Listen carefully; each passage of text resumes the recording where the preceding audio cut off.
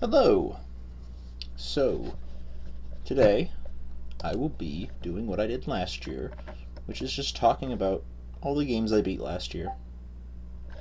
What the fuck? Get the fuck? I told you. I thought I. But you know how it is, as always. Just put this in the background. There's probably going to be very little visual jokes, if anyone's at all. It's probably not going to be any jokes.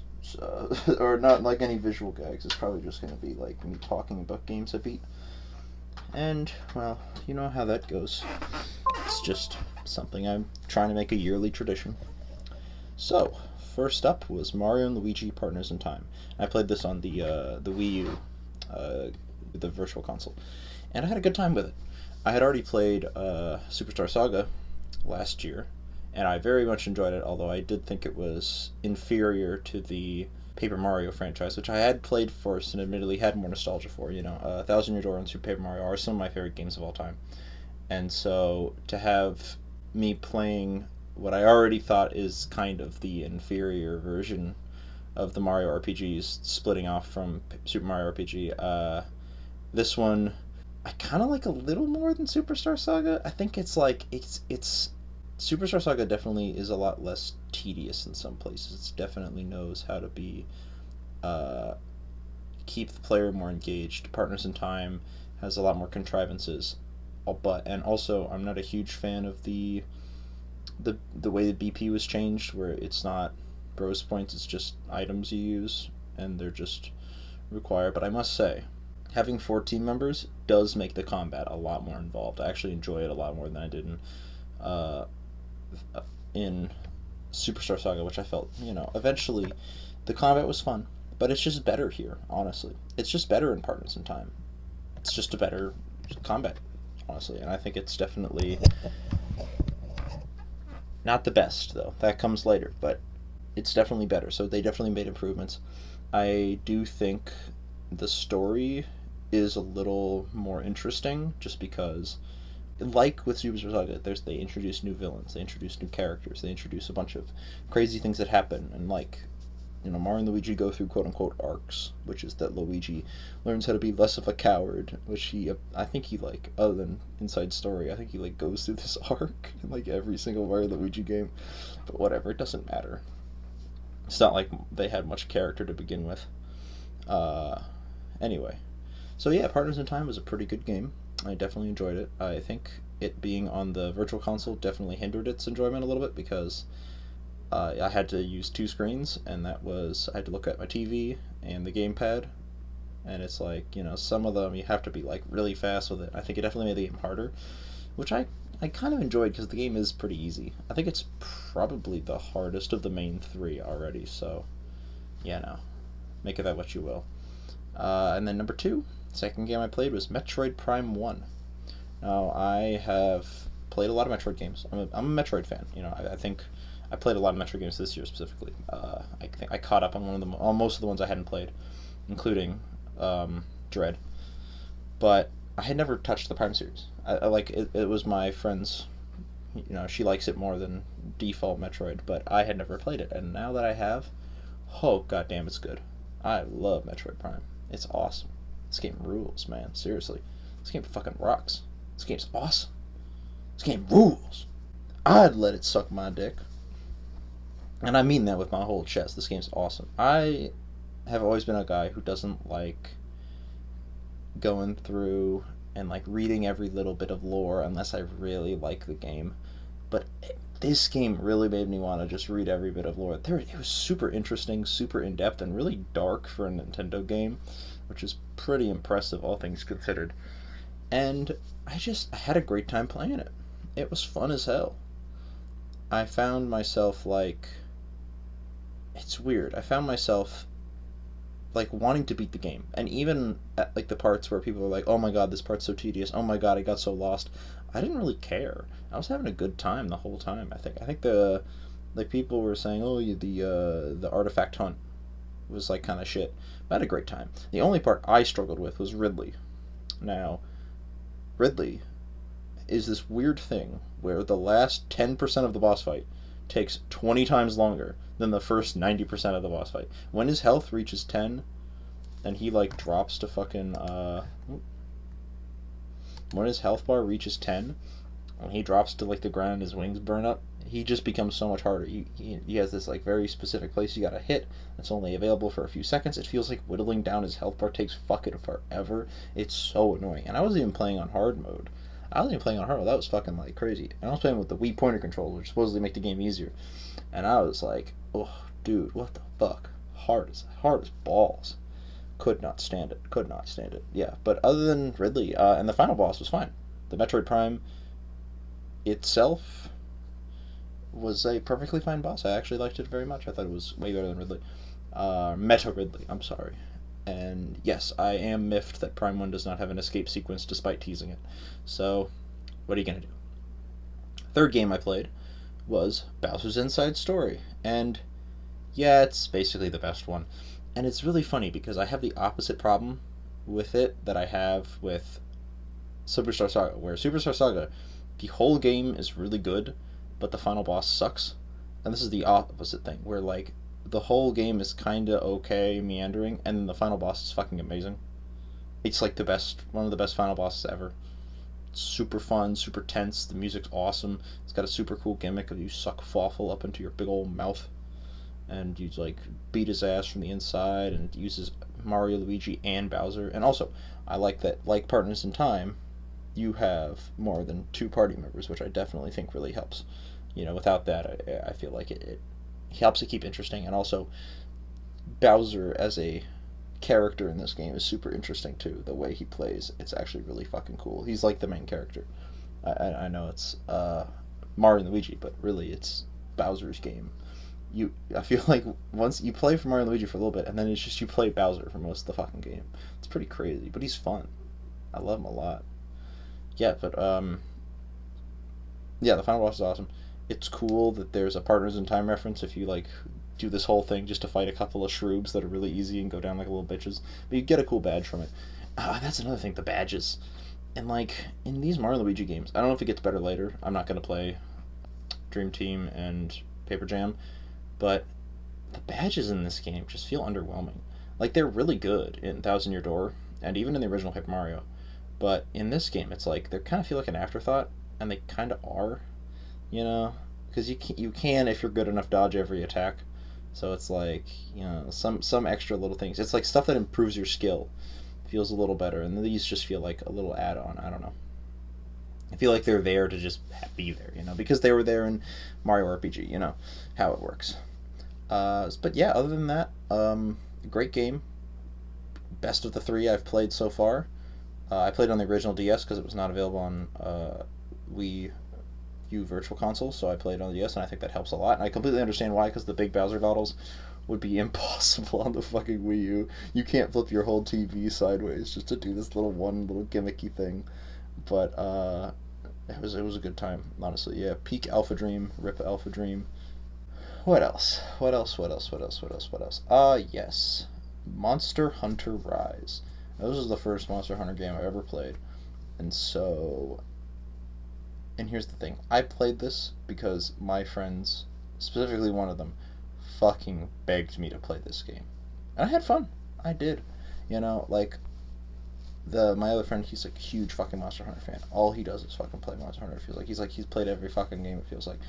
And I had never played a Monster Hunter game until Rise, and man, it's good, but it's not like good.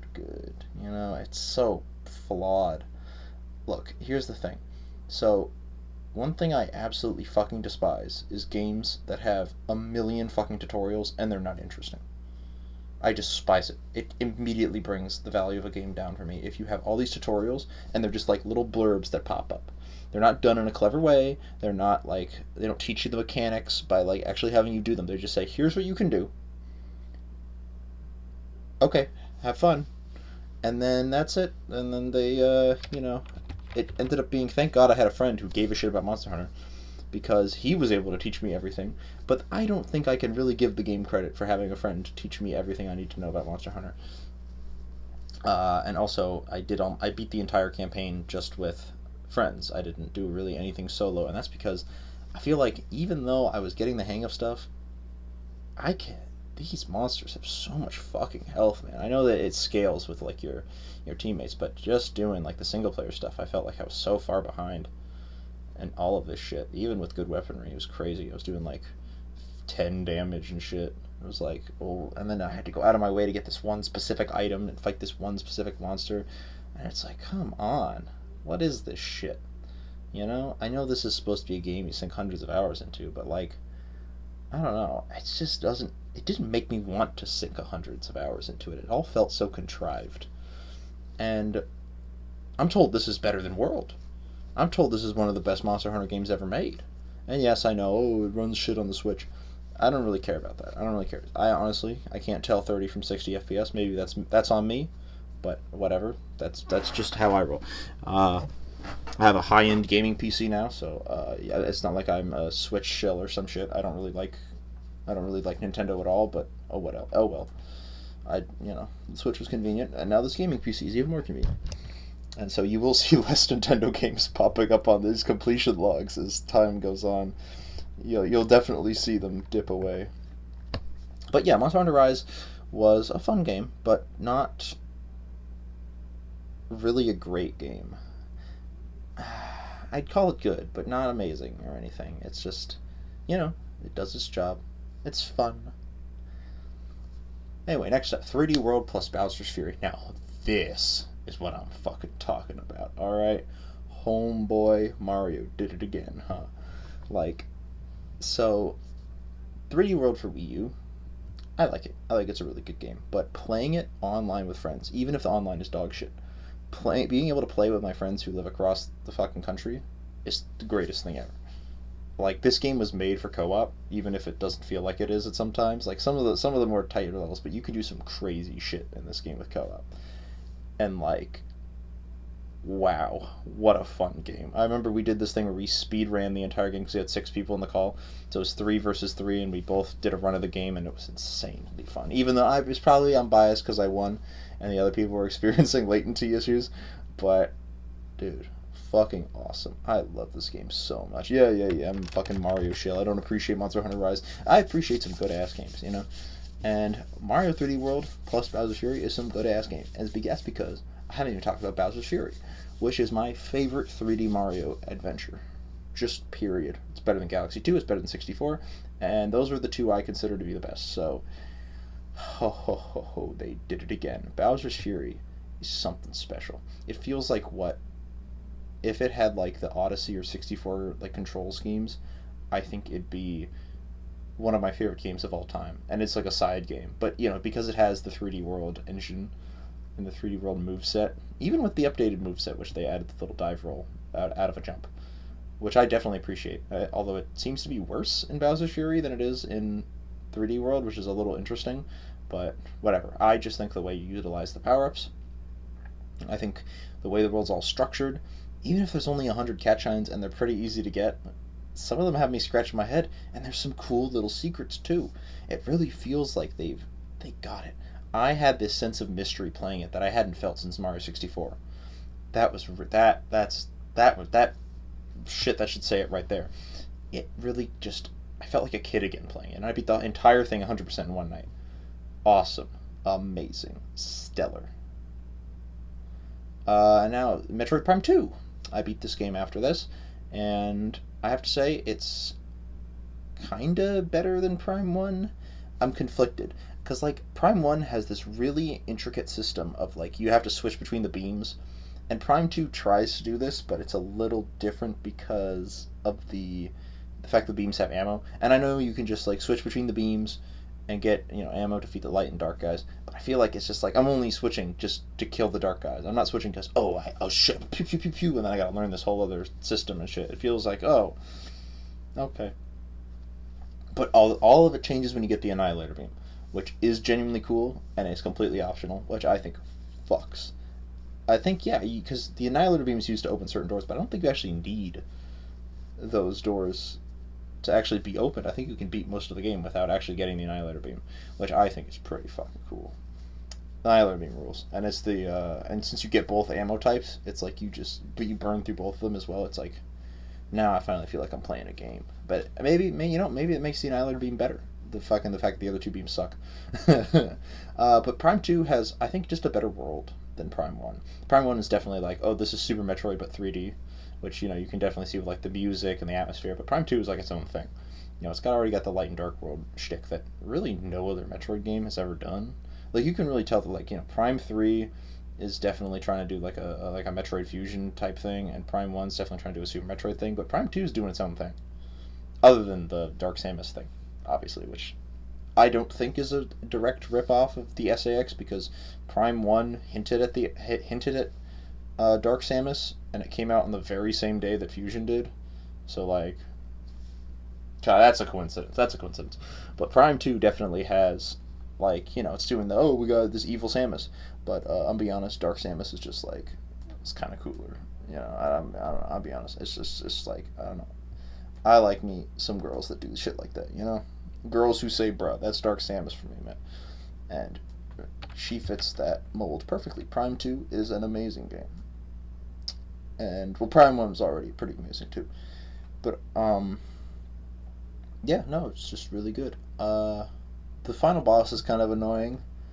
Not the Ing boss, but I mean, the final phase of Dark Samus.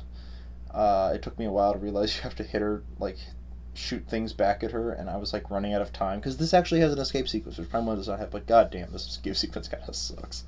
You have to battle Dark Samus, and I lost a couple times, and I got so fucking annoyed when I couldn't figure out, but she is, she's kind of cute, yeah, you know what, I hate, I just hate to see a girl boss winning, that's the real takeaway from all this. Anyway, next game is Rive. This was a little game my friend Cloud had introduced me to, and gotta say, this game rules. I heard this company that made Rive went out of business right after the game was made, and I gotta say, I teared up a little. This game is amazing. Like, they don't make games like this, man. This is something special. This is like, it's funny, it's intense, it's short, so I could just like kind of breeze through it in an afternoon, and I had a really good time playing it. I love the protagonist. I love how he's just, like, funny like that. I don't know. He's always got the right thing to say. And, like, I know the game is, like, high score based, but I think it's perfectly valid to just play a game once and never play it again and say you had a great fucking time. That's how I enjoy games. I play them once. I never play them again unless they're, like, super good and from my childhood. And then, yeah, that's basically how it goes. So, yes, play Rive. It's amazing. It's like Asteroids, but with way more depth. And it's got a funny guy as the main character. It's got like the funny masculine Marcus from Gears of War kind of guy. Literally, I think that's just who he is. Obviously, they don't have John DiMaggio doing the voice, but they got a good guy doing the voice. So, yeah, this game fucking rules. And it's got some really cool combat. And it's got really generous checkpoints, which I think is really nice. Because this was just supposed to be like a game I was going to breeze through in an afternoon, and the generous checkpoints allowed me to. And it allowed me to enjoy myself. I've always been a proponent of just like, don't make games easier, but let games have the ability to be as easy as they need to be. And honestly, I don't think anyone likes non-generous checkpoints. I don't even think the most hardcore gamers of all time like ungenerous checkpoints. I think they all enjoy like fucking some hard shit, you know what I'm saying? Anyway. Next up on the list is, I go from the game that took me like no time to beat to a game that took me so fucking long to beat, which is Phoenix Wright Ace Attorney. So this year is kind of like the year of Ace Attorney, kind of like how last year was the year of Pikmin. Where the previous year I beat all the Pikmin games.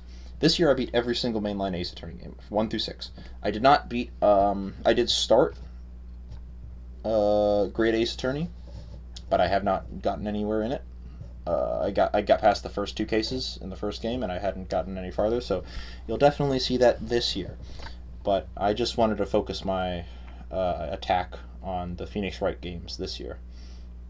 And the first Ace Attorney game, I really would have loved it if that 5th case was better, man. I swear to God. Literally, I know it's not even part of the original game. The game with just 4 cases is awesome and like really short. My friend literally beat it in like 2 days. But like The first Ace Attorney game, Case 1, great introduction, teaches you everything you know. Case 2, a short little thing that gets really impactful later on. Case 3 is kind of sucks, but whatever. And Case 4, one of the best cases in the entire game, literally bar none. They love Manfred von Karma is so impactful. He's only like there once, and he's like people still remember his name to this day.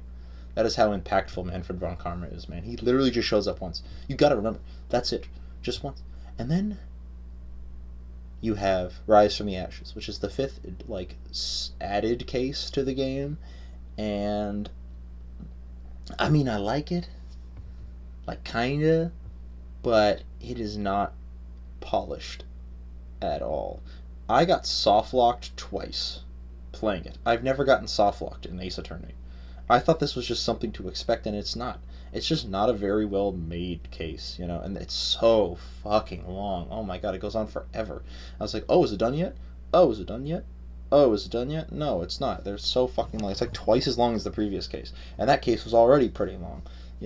It's like three cases. It's like three investigations, three trials, and all of them are two-parters. Every single one. Like, ooh. You're really grabbing my balls here, man. Really breaking my balls here, man. But yeah, it was kind of fun, Oh, and another thing, the investigation aspect of it sucks. It really does. The trial aspect of it. I know it's the build up. You need the build up of the investigations to set into trial, but I got so lost during those investigation periods. There's so many just like where the fuck do I go moments that do not set up everything very well. And I can tell because when it came to the trials, I was able to figure everything out and I felt like a genius. But then I just felt like a fucking idiot. Like, why can't I go there? Why can't I go? I felt like I was in a video game. It completely ruined immersion. I was just like walking around, waiting for the next event to trigger, clicking everything and trying everything else. And even though I played the collection, the Ace Attorney collection, trilogy, they didn't fix it. And they had a while. And I'll say this came after Ace Attorney 5 and 6, which did fix the problems I had with investigations. And it's like, well, why not just do those then? If you're gonna do all this extra stuff, why not fix the worst part of the games? But I get it, whatever. The game was like $20. Okay, this was the most amount of hours I'd put into a Switch game this year was this trilogy collection. I put more hours into it than I put into Mario Maker. It was so addictive, and it took up so much of my time. I put what was it, 300 I think hours. It was crazy. I did also left it on a couple of hours, and my friend played one of the games again on my Switch, so that probably tells you what to do. But no, yeah, Ace Attorney is really good. I love Phoenix Wright. Even though he's probably kind of weak in this game, I think he's definitely a great character. I understand why everyone keeps asking for him back. But also, Damon Gant is so fucking hot. You know what? That might justify the fifth case. He's so fucking hot. What the fuck? Anyway, yeah, so that was Phoenix Wright Ace Attorney. Next up is a game, it's a game I've already made a video about, which is Tori 3D. I don't really make games about video games. And I have to say, now that I've played Tori 2, the things I thought about Tori 3 are kind of lessened a little. I understand that what I was looking into in Tori 3D wasn't really intentional, or maybe it was. It's just a really good platformer, that encourages you to just go for times, and it was good. I had a good time. I played on Switch. I had a great time, and so hey, how about that? Yeah. So watch my video on it if you give a shit. My real opinion is on this game. I already made a video about it. So anyway, moving on to number 10, which is Alwa's Awakening. Now, this is like a Metroidvania type game. It's 2D. You run around and you just get more powers, and you just what's the story?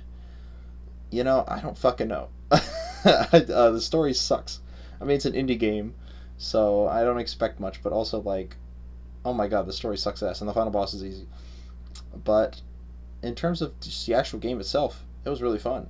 You have 3 little abilities, and they all work with each other really well, just solving puzzles. And some of these puzzles, for the life of me, I cannot figure out. I look at them and I'm like, what the fuck how do I even get that final little thing? But you don't have to get all the little things. You can just kind of do your own little thing. And, I like that. Yeah, so, Alwa's Awakening. It's a very good game. Play it. It's like $2, I think. It goes on sale a lot. I played it on Steam. I know the sequel's on Switch, but I played both of them on Steam. But, yeah, no, it was a fun game. Just a little Metroidvania, that was simple. Now, Ace Attorney. Justice for All. This is like the controversial game, and I like it more than the first game. That's right, I like Justice for All more than the original Phoenix Wright Ace Attorney, and that is, well, it touches me in all the right places. And I know that's a fucked up thing to say, but trust me when I say that it'll all make sense. I do think Franziska von Karma is a prime example of like shit that rots my brain. Like, I probably shouldn't like her. She's a huge bitch, but she's like hot, so I don't really care that she does like fucking awful things. She's a real irredeemable piece of shit. But whatever. They hate to see a girl boss winning. I always say that. It's true though. They really do. They really do. One of these days they'll understand. They'll understand you. Oh, my Franziska. They'll understand. But yeah, Justice for All has the best final case. I like it. Oh, that's so hard, though. Do I like it more than the original Ace Attorney? I love the final case of Justice for All. No spoilers, because if you really haven't played it, you really should. But, like, when you realize what's going on in that final case, it makes the entire game better. Like, it does something that no other Ace Attorney game has even, like, attempted to do. And it ends so impactfully, especially if you get the bad ending, which I didn't get, thank God. But I was, like, really close to getting it. But, like, oh, it's such a good ending, and you feel so satisfying sending this asshole to jail. But, but it's just... Oh, man, what a great final case. And that's great, because it's so funny to me, because I honestly do not remember most of the other cases in this game. Like, I know, like, one of them's about, like... No, that's the third game I'm thinking of. Yeah, no, that's the third game. With that twink. No, yeah, that's the third game. That's not even the second one. What were the first 3 cases of the second game? Do I even remember them? Oh, well, I remember the first one, which is kind of bullshit. Which is like, because each Ace Attorney game has to set you up with like a reason why they would need to even do a tutorial case. First game, solid reason. Phoenix Wright this is like his first real fucking case as a lawyer, so he sucks ass, and so they need to run him through the ropes. In the third game, it's a prequel where it's Mia Fey doing her like second trial, so she needs to learn the ropes again. In the fourth game, it's Apollo Justice, so this is his first case. In the fifth game, it's what's her name? It's Athena Sykes. It's her first case, so of course she needs to be taught the ropes. And in the sixth game, they flip it on its head. It's that it's the judge's first case with an actual lawyer, and Phoenix Wright needs to teach him how the court system works. And I think that's all very cute. But the second game has the stupid trope of Phoenix Wright losing his memory, and like he's got to deal with that, and it's just like, wow. Like, he's got... Sorry, someone fucking messaged me. Yeah, I know, but, like, Phoenix Wright loses his fucking memory. And I'm just like, what? That's what they do? They make him, like, they give him amnesia because the guy doesn't want to get caught, and so they have to do the little... Then again, I think that's a lame excuse. And I'm glad this is the last time they have a lame excuse, because every other time they come up with a really good excuse. But, no, Justice for All is a really good game. I don't know where I'd rank it, because I feel like I need to remember what the second and third cases are. But that final case is fucking amazing, and the first case is kind of weak. I think, yeah, but no, otherwise it's a pretty fun case. And then, Alwa's Legacy. So, what do I have to say about Alwa's Legacy? It's much better than Alwa's Awakening. I think it's... just a superior sequel overall. I don't know if they're going to make a third one, but... No, this was good. I watched my friend beat it, but... Man, this was a good game. I think the story still sucks ass. The final boss is still cheesy. Like, I cheesed the final boss. You get this one ability that lets you kind of arc your shots. And I just kept hitting him with the arc shot over and over again. You're supposed to do this whole extra thing. And I just kept like arcing my shots until he died. Yeah, pretty easy.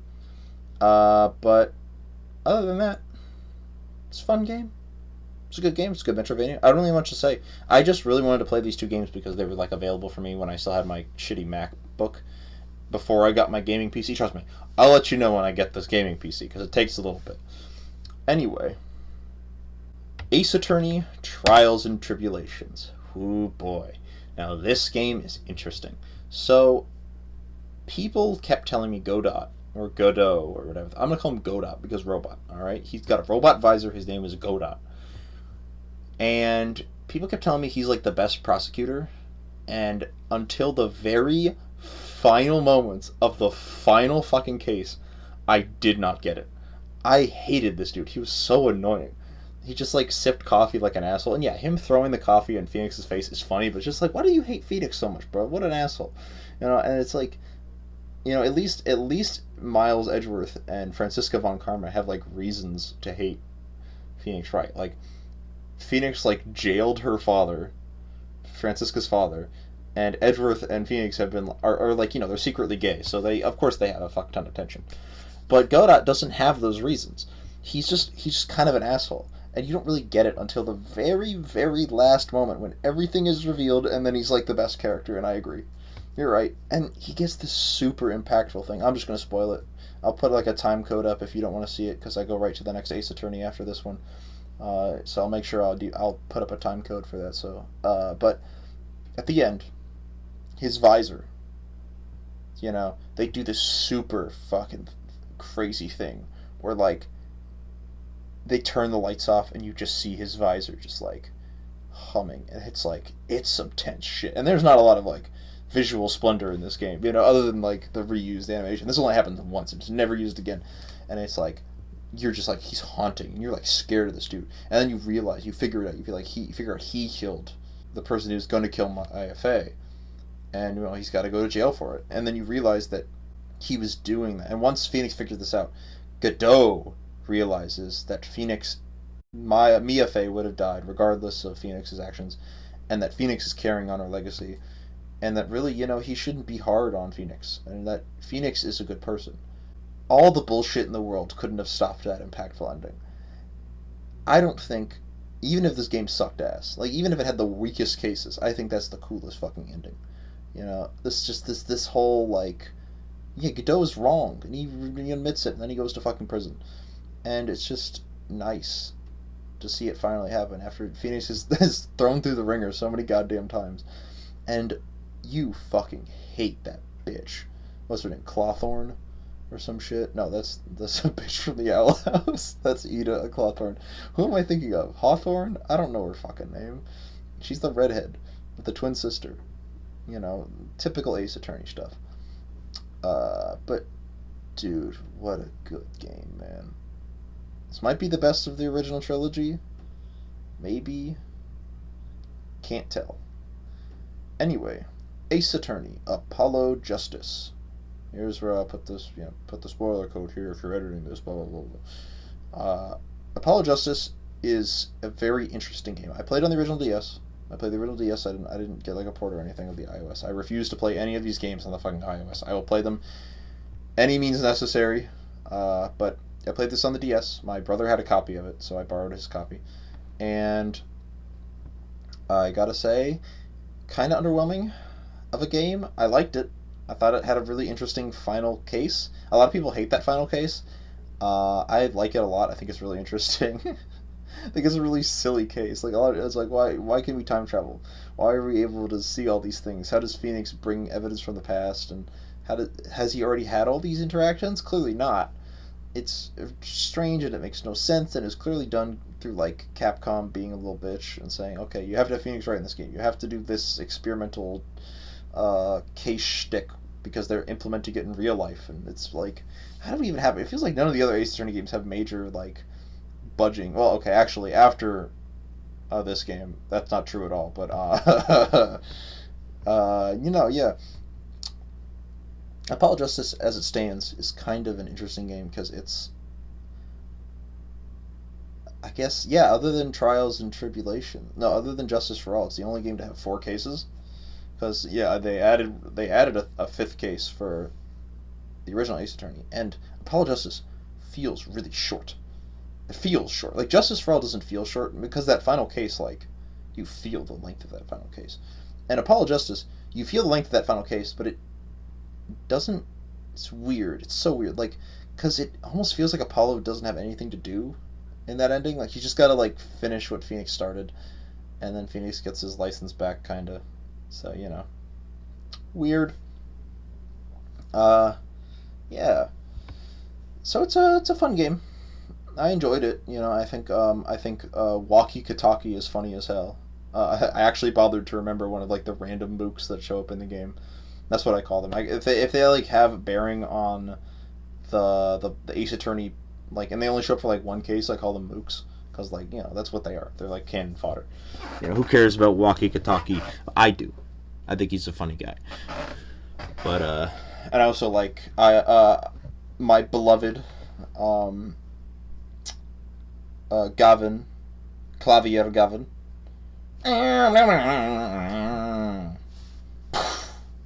Oh, that's rich. Oh, my God. Whew. Mamma mia. When they said it was based on gay manga, they weren't kidding. Mamma mia. He's making me, stretch my throat a little bit. Shift my collar a little bit.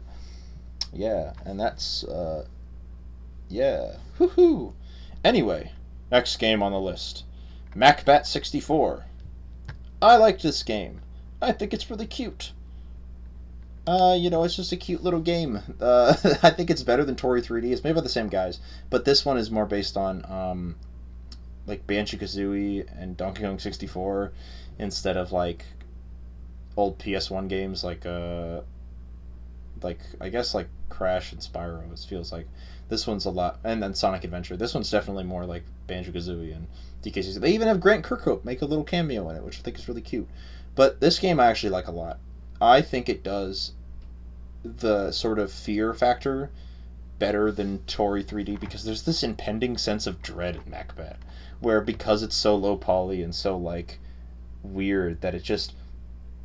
God, it's, like, so creepy. There's so many little, like, things that just shouldn't be there, and you find all these little secrets that are everywhere, and, like, there's this one that was just, like, kind of soft locks you. It's really weird. I wasn't even really sure what to make of it. It's this, like, weird world that you just float around over again and again. There seems to be no ending to it. I don't really know what it means, and it's just kind of there. And I have to say, that's terrifying, more terrifying than any jump scare I could think of. It's just this sort of such confusion. I can't make heads or tails of anything that goes on. So yeah, MacBat 64, great game. I liked it a lot more than Tori 3D, which has gone a little bit down. But MacBat 64, so cute, so adorable. It's a great game. Play it. Next up is A Link Between Worlds. So I borrowed my friend's 3DS for this year, just to beat any 3DS games I wanted to get through. And this was the first game I beat on 3DS, A Link Between Worlds. I have to say, very good Zelda game. Now, I think I like 3D Zelda just a little bit more of what I've played. I haven't played a lot of Zelda games, so I obviously have to fix that this year. I got a couple I want to play through. But Link Between Worlds is a very good Zelda game. I didn't 100% it, but what I played was very good. I don't know, I just like the vibe. I got lost a couple times, but I like... You can tell when I like a game when I get lost, because that happens a lot, and it doesn't negatively impact how I feel about the game. It's the same thing with Prime 1 and 2, where I got lost a couple times, but now that it's been a couple of months, and by a couple months I mean it's almost been a full year, I don't remember when I got stuck. I just remember, like, the good times, you know? And I think that's crucial, is that it's just, yes, the good times, ha ha ha, yes. And so... I was really happy that I had a good time with these games because they rock. So Link Between Worlds is very fun. People complain about the item renting system, which is something I do want to talk about because I think the fact that you rent the items is very interesting. It gives rupees purpose when, they were just like to buy bombs and shit. You can just get everything you need from this guy. He sets up shop at your house, which I think is really funny. And then it's revealed he's like this evil Link from like the other world, which, implies some stuff. I don't want to get too into theories, but I do think it's funny that the guy selling you stuff is Link. He's already done the quest. He's already gotten everything, and he failed. But he's already stole all your weapons, so you might as well, play for him. Spoilers, by the way. Oops, my bad. Anyway. Shit, I'm awful, man. I really should have put a spoiler warning before I said that. Definitely play Link Between Worlds. I think it's better than Link to the Past, honestly. That's probably a huge hot take, but don't remake Link to the Past. Link Between Worlds already exists, and it's better. And I've played Link to the Past. I think Link Between Worlds just does it better. Number 17 is Metroid: Samus Returns. Now, this was a game I had been looking forward to for a really long time, and I have a 3DS, so I could finally play it. And that's because, obviously Dread had just been announced around this time, and I was like, oh my god, now I gotta play Samus Returns, because it looks like it was the sequel to Samus Returns. But also people, it was so mixed. People were saying, oh, the original Metroid 2 is better. People were saying, oh, play AM2R. And AM2R is definitely something I need to get around to playing. If you have a link, drop it in the comment section, But it was very good. I very much enjoyed my time with Samus Returns. And it's crazy looking back at it because Dread just does everything better than it. But for an actual just remake of Metroid 2, I think it's pretty faithful. Now, a lot of people say, oh, it doesn't have that same emotional ending impact that Metroid 2 would have had because, Samus kills all the Metroids. It's awful, and it's like... And, you're supposed to, like, what did I do? What did I do? And I feel like, was that ever the intention of Metroid 2? I feel like people just kind of assumed it was because it was a fucking Game Boy game. And I know AM2R does it. It does it really well. But, like, was it supposed to be the case? I don't know. I feel like everyone just keeps extrapolating that was the intended feeling of, like, you kill all these bad guys, you kill all these Metroids, and now you're left with a single Metroid. And you just have to, like, think about what you did when you walk home. I don't know. I don't really buy that. I feel like Metroid can definitely be a lot of things, but something like that, it's a little like, it's a bit of a reach, in my opinion. Maybe I'm just wrong. I don't know.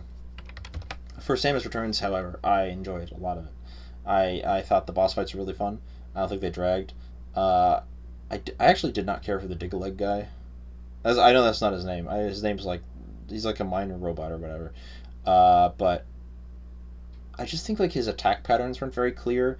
He's like a 3D boss in a 2D game. Like he's very clearly like made only for this game, and like they try all these things with them, like all this, it's like you can't go here, you have to fall in. It's just like, god damn, Samus, just walk around. What are you, a fucking idiot? Like, what is all this nonsense? You have to fall in very carefully, and if you take a fuck ton of damage if you're not careful.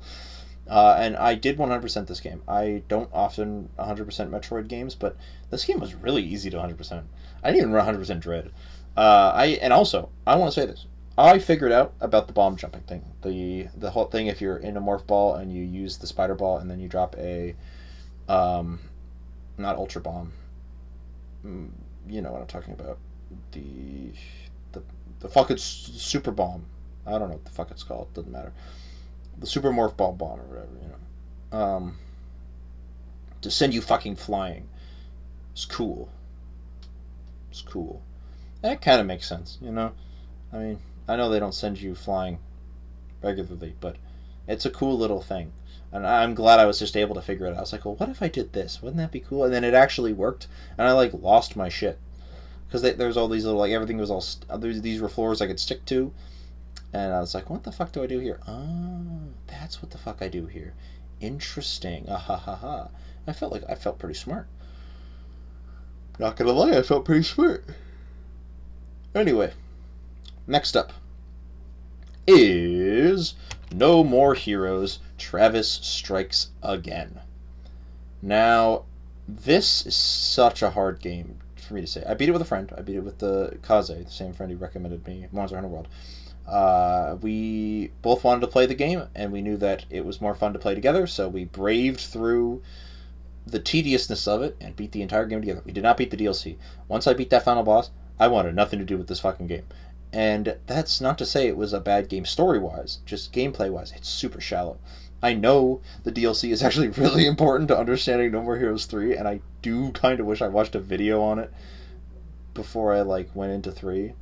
But just for, like, Travis Strikes Again as a concept is very fun.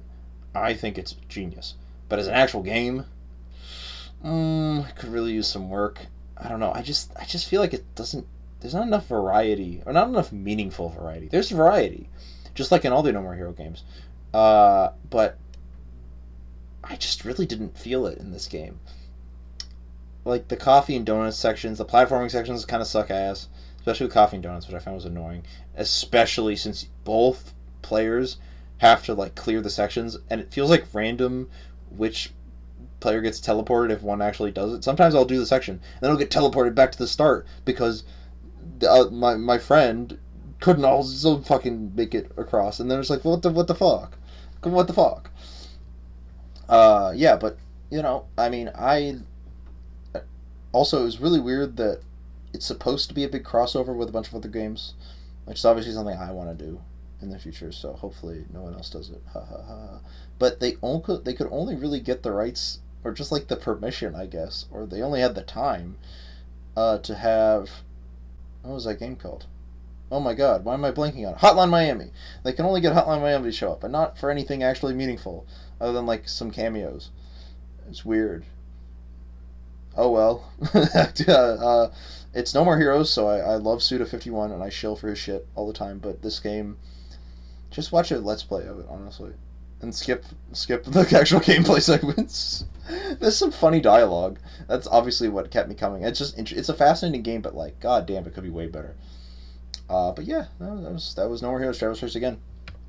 I'll have a lot more positive things to say about the No More Heroes franchise in this video, so do not worry. Moving on to Piku Niku. Now, this game is all funny as hell. I actually got stuck on it for a little bit, but once I figured out what I had to do, I didn't get stuck again. It was with the spider bridge thing. Yeah, I admit I got stuck on it. But, like, this game is so funny. This game is so fucking funny. And it's so chill. And it's so just, like, cute. And it's so entertaining. Even has a cameo in Travis Strikes Again, and I didn't realize it until I got a little bit into Piku Niku, put it down, then finished Travis Strikes Again, then came back to Piku Niku because I was reminded that the game existed. So much fun. I just love its little message. It's very anti-capitalist, as it were. And I think it's just such an adorable little game. Please play it. Please play it. It's so good. Next up on the list, number 20, Ace Attorney, Dual Destinies. And I beat the DLC of this too, so I have 100% of this game. And I have to say, yeah, this game's kind of weak. I really wanted to like this game. I went in and it had a really interesting first case, and it just went downhill after that. The final case of this game is really lame, and the villain of it is even lamer. I guess spoilers if you care. It's this phantom guy who doesn't have a face, and he just has a bunch of masks of people that he couldn't have possibly known about. Like, what does Professor Means have to do with any of this? And he, like, rips one of the faces off. And originally, it was a super interesting thing of, is the Phantom, the Professor Gumshoe, not Professor Gumshoe, Private Gumshoe, is it his replacement? I was thinking, oh shit, this Dick Gumshoe guy, he's actually the super secret villain, and he's just, like, working with us the whole time. And this revealed, oh no, that guy just died, like, 20 years ago. And this guy's, like, been replacing him this whole time. He's been wearing a mask with, like, 3 other masks underneath it. Like, okay, idiot. And then the DLC case was also kind of underwhelming, too. Like, I mean, it has this one pirate chick who's super fucking hot, like, has the coolest fucking design ever. And it was also cool to see Pearl Fey again. But other than that, it was just kind of a forgettable one. I think it's cool that they have this rapping pirate guy, and he's like, he goes from like skinny to ripped somehow. That was pretty funny. And then it's actually kind of sweet. It's revealed he didn't actually murder anyone. He was trying to save them, and they just kind of died. And so no one goes to jail. It's a nice little change of pace. But it's just kind of a weak game. And I did play this one on 3DS. but it's whatever. It's whatever. Whatever. I don't know. Now, WarioWare Gold. Now, this was the first WarioWare game I'd ever played, and WarioWare Get It Together was coming out. And I thought, well, I got the 3DS. I can legally purchase all of these games for 3DS now. And so, with my legal downloader and not FBI and HShop, shout out to both of them, except not. And so I got WarioWare Gold, and I played through the story mode, and I got as far as I can a lot of mid games, and I had a great time. I think I'm not sure if I like this one more than Get It Together, which I also played, but oh man, this game rules. It's so much fun. It's so funny. It's so cute. It's so silly. I didn't know what I was missing playing WarioWare. Now I love Wario Land, but I always just saw WarioWare as just like this silly spin-off series that just kind of didn't deserve to be overtaken by Wario Land. But I get it now. I get it. WarioWare is fun as fuck. It's awesome. It rules. Yes, I still wish we had Wario Land games. Yes, I will be playing Shake It, but oh my god, I love WarioWare, man. It's so good. It's so funny. And even if the story doesn't matter at all, it was fun. I just love I love the micro game gameplay. It makes you feel like a G when you get like to level 60 or some shit, and it's like fuck, and you gotta like do everything like really quickly. So yeah, WarioWare Gold, great game. I suck at the twisting mini games. I admit it. I do. Number 22, Kirby Planet Robobot. So I've played a couple Kirby games before. I'd played Superstar. I'd played Adventure, like the original one. I've 100% at Epic Yarn. I don't know if I should be proud of that or not, but I know that's not a typical Kirby game. And so I hadn't played a recent Kirby game in a while. I think, yeah, Epic Yarn, and that was a spinoff. That doesn't really count. So I played Robobot, and I had a really good time. I think it's fun. I think it's just like as a Kirby game goes, I think Kirby games haven't changed much, like just in terms of the overall gameplay. That's why I'm excited for the Forgotten Land, because it seems to be like a 3D Kirby game. So it'll just do something different. But Robobot, well, it's got a batshit crazy final boss, which, good, it should have. And it was just fun, and I loved Meta Nightmare, or Meta Nightmare Returns, as it's called in this game. That was fun. I know it was only in like one other game, and they brought it back for this one, and oh my god, it's so much fun. That was a fun game, man. Dude, I loved it. I played the fuck out of that. I did everything that was possible to do in Meta Nightmare. So much fun. I hope they bring that back for like whatever the fuck. I don't know. Forgotten Land. If they do. Meta Nightmare, that was my highlight of this game. No More Heroes 3. Now, this is my game of the year. It was Henry Stickmin. Henry Stickmin Collection was 2020. So 2021 is No More Heroes 3. This is my favorite game of the year. I think it is everything I look for in a weird game. I play a lot of weird games. Piku Niku. I loved that game. I thought it was a very weird game. Stanley Parable, I consider that like a weird game. Where it's like, even if it's not just insightful, it may not always have something to say. It just knows how to really like capture your attention. And I just don't want to put it down. Because that's a problem I have. A lot of games, once I get into that gameplay loop, I'm like, okay, I got into the gameplay loop, and now I'm just going to put it down. Last seen online 6 years ago. And the best part about these weird, unique games is that never happens. No More Heroes 3, as soon as I sat down to play it, I did not want to stop until I finished it, and then I finished it. And it was amazing. I didn't even do everything in the game. I didn't even 100% it. I still need to go on 100% it. And maybe I will. But for now, Mamma Mia, what a good game. Ugh, I love everything about it. This is what Strikes Again should have been. I was probably cheaper to make Strikes Again, but like, No More Heroes 3 is so good. I love the bosses. I love the music. I love Ikedakimasu. Ikedaki. And I've already done a review of this game as well, but I just can't help gush about it. That's on the Stockblockers channel. I'll put that link in the description if you like give a shit. Me and some friends review it. Kaze and Clouded. Wow, what the people I've already mentioned in this game, in this series. How about that? We're all No More Heroes fans, I guess. That's pretty crazy. WarioWare Get It Together. So this game is stupid fun, especially if you're playing with another person.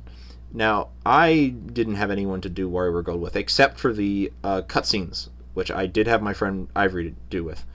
When I went over to his house, we just recorded a bunch of cutscenes, and we had a blast. That was so much fucking fun. We just, like, dicked around. And it's not in Get It Together, But I honestly don't care that's not Get It Together, because Get It Together has so many other great fucking multiplayer things to do. That fucking ball minigame, where it's like you're just trying. It's like it was us dicking around, just trying to find the meta. And we kept like introducing like CPUs and just fucking with each other. It was so much fun. It's like completely unbalanced, and I think the game knows that it's completely unbalanced, and it doesn't really care, which I kind of have mad respect for, because it just kind of makes the game more fun. That it's just like completely busted and like doesn't, whatever, it doesn't make any fucking sense. But the actual micro games are really balanced and are really fun, and this game is actually way fucking harder than Gold. This game, like, you have to, not only do you have to like know what the fuck you're doing, but you have to know what the fuck you're doing with every fucking character, because, or at least a party of 5 characters, and some characters kind of like are like way fucking different than others, and you can beat every micro game with every character, but some of them just like, oh my god, there's a reason there's a tier list in this game. Some of these mini games are just unforgiving, dog. It's insane. But as for a game, it was really fun. I think I like it a bit more than Gold. Maybe, I don't know, Gold has so many cool things, Get It Together has so many cool things. It's like comparing your children, but like they're both kind of quirky in different ways. Number 25 was Deltarune Chapter 2. I don't know if this actually counts as a game, but I mean, it's kind of a game, and I want to talk about it, so yeah, I'll just talk about it. Spamton? Yeah. The Queen? Yeah. Yeah, okay. Number 26, Old School Musical.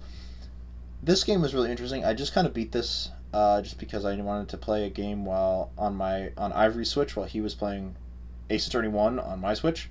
So I just booted up this game that looked interesting, Old School Musical. It was like a rhythm game with a weird story that references a bunch of stuff. I don't even really know what the fuck happened. Was this like a fever dream? I don't remember. It was definitely a weird game, and it's really good, just, tap the buttons to the beat kind of game. Except randomly, like the end of the game, there's a platforming segment. That's just regular platforming. You can even jump. I don't know fucking why they had like that, like a pseudo open world at like the very end of the game. But they sure did. I guess they could just do that. Indie games just do whatever. Sure, why not? It was fun. I did love it. I loved it, man. It was good. Yeah, but that was about it. That was a fun rhythm game. I don't have much to say about it. Number 27 is Metroid Dread. Here we go, baby. This game's fucking awesome, man. And I say that not even having 100%ed it. I didn't get... Here's the thing. I suck at shine sparking. And so, after a couple of whiles, when I did this one fucking Shrine Spark puzzle, that took me like an hour to do. Because I guess I just suck. I don't know, maybe I'm missing something. But it took me an hour to do, and I got like 2 missiles for it. I'm like, you know what? Fuck it. I'm not going to 100% this game. I just got the health packs that I could find, and just said fuck it to the final boss. Ravenclaw, Ravenbeak. Ravenbeak. Right? Yes, that's his name. He's so sexy. Dude. What is it with Metroid and having some sexy bitches in the games? It's not fair. It's not fair. It's not fair, man. What's with all the sexy bitches, man? It's not fair. It's way better than everything positive I had to say about Samus Returns, tenfold for Metroid Dread. It's probably the best Metroid game. Honestly, I remember playing it and being disappointed that I couldn't sequence break, only to realize I was just a fucking idiot. No, you can totally sequence break. You can completely demolish this game. I was just too stupid to realize. Because that's something I always wanted to say, is that Super Metroid is a very rare Metroidvania game where it just lets you break it. You can just do whatever the fuck you want. And no other Metroidvania really comes close to that standard, where you can fight every boss out of order if you want. I can't think of another Metroidvania that lets you do that. A lot of indies claim to be Metroidvanias, but they do have somewhat of a streamlined path. They have what you expect you're able to do. And Dread is probably the closest game I can think of that lets you just completely break it. And some is intentional, some isn't, and I'm sure that's the same for Super Metroid, but honestly, it just makes for a much better game. Good for them, man. Good for them. They deserve it. For real. Yeah. Metroid Dread. Awesome. You love it. You love to see it. You love to see Samus winning. Good for her. Man, good for her. She deserved this. Now, news on Prime 4, please. Thank you. Number 28, the Jackbox Party Pack 8. This one has that one, the one thing with the sexy water container with the cute voice with the glasses. And it has the trivia game that sucks ass. But hell, hey, what else is new? It's Jackbox that always has the trivia game that sucks ass. This one's a little bit better than Murder Party, but whatever. What is that one that was really good? It was like I think it was animated based. I think it was animation based. It was fun though. I liked it. Whatever. I didn't want to talk about this one too much. I just wanted to say, hey, I played it. It was fun. I think 7 is still a little better, but 8 definitely has stuff worth playing in it. See what they're gonna do for 9. I guess I don't know. I guess they're releasing these every year now. It's kind of like, what the fuck, really? Jesus. Number 29 is Crab Game. Now, this was a game, obviously, with Squid Game being so fucking popular, someone had to make a shitty, game based on it. And for what this game's pretty fun. It's unpolished, it's buggy, and yes, this was one of the first games I played when I got my gaming PC. Because I did get my gaming PC, and this was one of the first games I get. So yeah, 29 out of 35, why not? So, Crab Game. It was fun. I had a good time with it. The people on it kind of suck, but it reminds me of playing on a Skiver Orange server in TF2, which I have spent many hundreds of hours playing on, so I can't act like I'm better than these people. But where it's just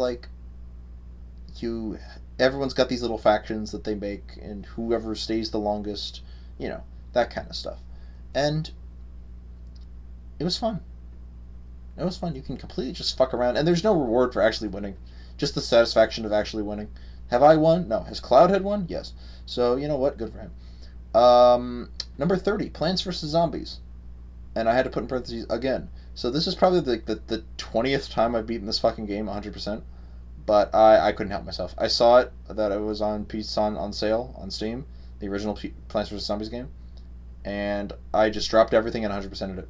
It took me a couple days. Oh my god, this game rules. Got every single achievement. Oh, I love the game so much. So good. So good. Oh, Lord. Anyway, yeah, Plants vs. Zombies. Great game. I love it. You love to see it, and you see to love it. Number 31, Peggle Deluxe. This was another game that I had played as a kid, although I had never beaten, so now I can actually say I've beaten Peggle Deluxe. Yes, sir. And Peggle Extreme is also a game I have to beat, although it seems to be weird. Not really sure what to make of it, but it's a weird Valve crossover with Peggle. I don't know, it's weird. And there's a lot of blood and guts and gore. And it's also free, and it just seems to be Peggle Deluxe, but with other stuff. But no, Peggle Deluxe is amazing. I love it a lot. I think it's a very fun game. Yes, it is the third game I played and beat when I got my high-end $3,000 gaming PC. I just played some shitty game. I played this fucking mobile game. I played Crab Game, Plants vs. Zombies, and Peggle Deluxe. One of these days I'll play a high-end game, but I am not that kind of guy. Speaking of other high-end games with my amazing gaming PC, I played Tori 2. I kind of wish I played this with a controller. See, I was stupid and just Tori 3D was short. Tori 2 is going to be short. I'll just beat it with keyboard controls. And I got arthritis when I woke up the next morning, because you have to hold shift like a motherfucker to get anything done in this game. And oh my god, I was feeling it the next morning. My hand was cramped like a motherfucker. But it was fine. I don't know. It's nowhere near as good as the original. And MacBat 64 is the peak. I wish they make a MacBat 65. When's that coming? When's MacBat 65, guys? Come on. Tori 2 is fine. I think it's cool that you can play as... No, that's a spoiler. Spoilers. I'll just skip 5 seconds ahead. Skip 15 seconds ahead. You can play as the devil. Okay, boom. There's the spoiler. We're done. Okay. Next up is, we're getting to the end here, Ace Attorney Spirit of Justice and the DLC case. Now, I have to admit, this game is way better than Dual Destinies. It kind of does everything right. That Dual Destinies didn't do right. I loved every case in this game. Well, that's not true. I think the first case was good.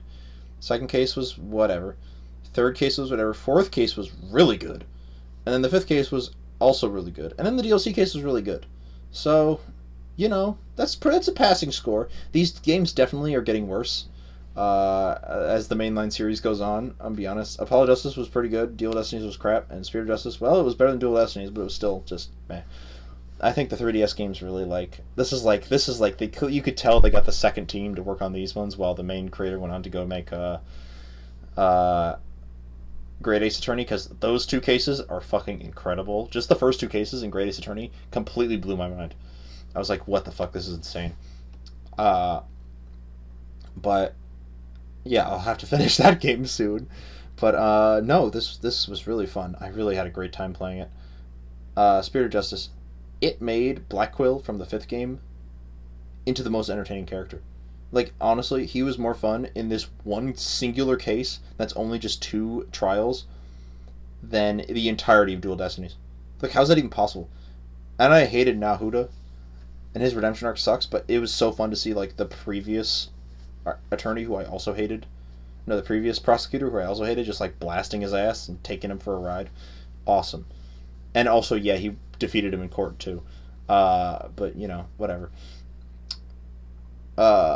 Yeah, and it has a very solid end case, and it has a very fun DLC case. It's way better than the previous one. This one is literally just nostalgia bait, but it's one I fell for, because honestly, I like the Ace Attorney characters. And here's the thing, is Larry Butts is an amazing character, and I regret not talking about him earlier, but he has not showed up since, like, the third game, and oh my god, when he showed up in this DLC case, I nearly cried. He was so fun. Oh my god, it was like peak Ace Attorney when he's around. He's so funny. Oh my god, everything he says is like a gold mine. And it's not like they even like had to like they got his character down good. Even though it's been like it's been like 10 years since he's last been seen. He's still the same old asshole. Oh well. It was fun.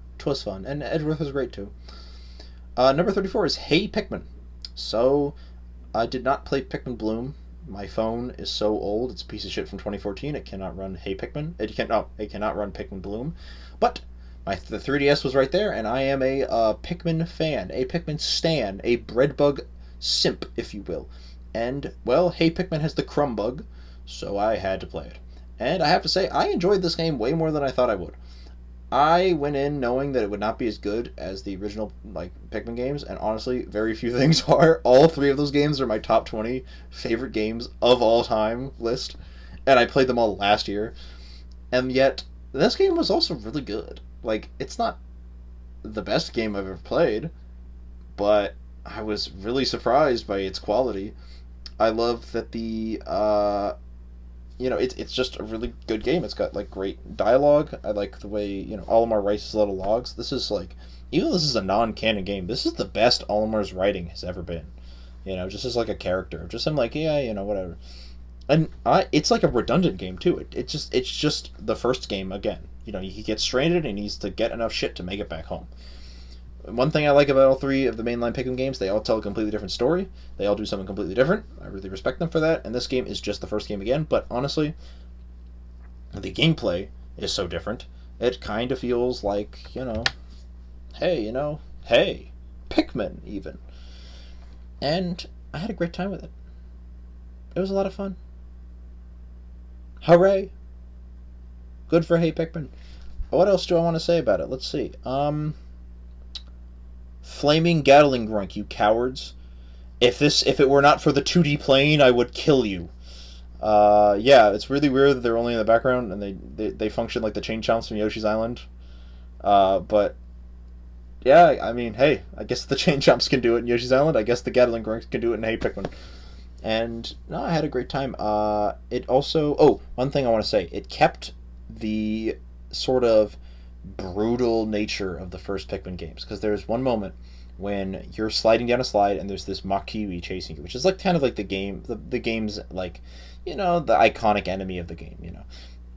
Yeah, it's on the cover of the game. It's just a fun game. It's a fun little enemy. It's so cute, and I love kiwis. Obviously, I'm Kiwi, but it follows you down the slide, and it's gonna you land in the water with all your blue Pikmin, and you think, okay, what's going to happen to this Monkiwi? It lands in the water, and then it has a fucking unique death animation for it landing in the water, and this only happens like once. It's like really fucking brutal, and you kind of feel bad for this kiwi. You just wanted to eat some goddamn food. But that's Pikmin for you. What is it? Aina Uta, that's the circle of life kind of thing. They eat, they get eaten. They like you grow them, they fight, they get eaten. And that's a circle of life, boys. So yeah, oof. I liked Hey Pikmin a lot, actually. I was surprised by how good it was. I had a great time with it. I played it at the dentist office. Yeah, so I liked it a lot more. I liked its control scheme, which was very similar to Kid Icarus Uprising. I liked it a lot more than Kid Icarus Uprising, which is a sentence that is going to get me dragged across like piles of broken glass for saying that.